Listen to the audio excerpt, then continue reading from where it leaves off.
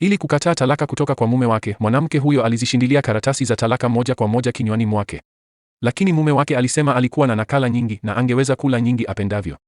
Mwanamke huyo alivunjika moyo, kwani hakuwahi kutarajia kufukuzwa nyumbani mara tu baada ya kuingia katika ulimwengu huu. Ilibainika kuwa mwanamke huyo na rafiki yake wa karibu walikuwa wameingia katika ulimwengu wa riwaya ya mapenzi kwa wakati mmoja. Mwanamke huyo aliolewa na tajiri mkubwa kutoka kwenye kitabu hicho, wakati rafiki yake wa karibu aliolewa na mtoto wa tajiri huyo. Wote wawili walikuwa wahusika wa kike wasio na umuhimu mkubwa katika hadithi hiyo. Baada ya muda mfupi, mwanamke huyo angefukuzwa nyumbani kwa kukutana kwa siri na mpenzi wake.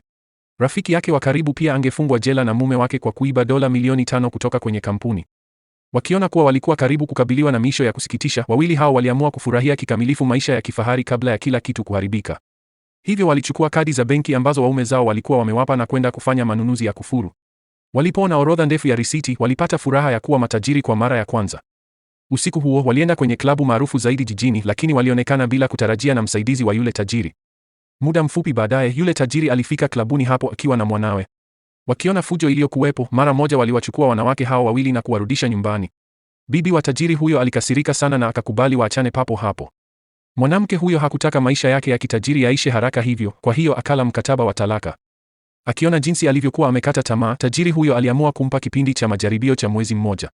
Akihofia kuwa wangeenda tena kwenye klabu, mwanawe alizichukua kadi zao za benki. Bila kadi za benki, hawakuwa na chaguo lingine ila kupanga kwenda nje na kutafuta kazi. Siku hiyo walipokuwa wanarudi nyumbani, walikutana na shangazi wa yule tajiri. Kila mara shangazi huyo alipokuja kumwona bibi, ilikuwa ni kuomba pesa, jambo ambalo lilimsumbua sana bibi huyo. Ili kumsaidia bibi, mwanamke huyo na rafiki yake wa karibu hawakusita kumkabili shangazi huyo kwa maneno. Shangazi aliaibika na kukasirishwa na maneno yao na hakuwa na chaguo lingine ila kuondoka. Bibi aliridhika sana na kitendo chao na akaamua kuwapa kazi. Ikiwa wangeweza kumfukuza mpinzani wake mchungu kwenye hafla ya dansi, angemzawadia kila mmoja wao jumba la kifahari. Mwanamke huyo na rafiki yake wa karibu walikubali kwa furaha. Ili wapendeze kwenye hafla hiyo, wanawake hao wawili waliwaomba waume zao wawasaidie kununua magauni ya jioni. Walipotoka baada ya kubadilisha nguo, wanaume wote wawili walivutiwa papo hapo. Tajiri huyo hakuwahi kutarajia mke wake angekuwa mrembo kiasi hiki. Siku iliyofuata walienda kwenye hafla hiyo na bibi. Mpinzani wake mchungu alisema kwa makusudi kwamba hata kama bibi angevaa kwa umakini, hawezi kulingana naye. Baada ya kusikia hayo, mwanamke huyo na rafiki yake walidokeza mara moja kuwa mpinzani huyo alionekana kama dubu kutoka kwenye filamu. Muda si muda, adui huyo wa bibi alikasirishwa na kuondoka. Wakati tu rafiki wa karibu alikuwa karibu kumchukua mwanamke huyo kwenda kucheza dansi, aligundua kuwa mwanamke huyo hayupo.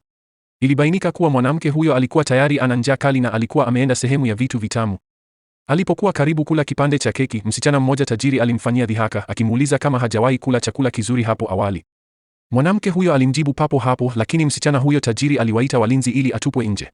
Wakati huo, yule tajiri aliingia. Mara moja alisitisha biashara zote na familia ya msichana huyo tajiri na kutangaza kuwa familia yake ilikuwa karibu kufilisika. Mwendelezo wa hii movie iko YouTube, linki nimewawekea hapo juu, usisahau kusubscribe.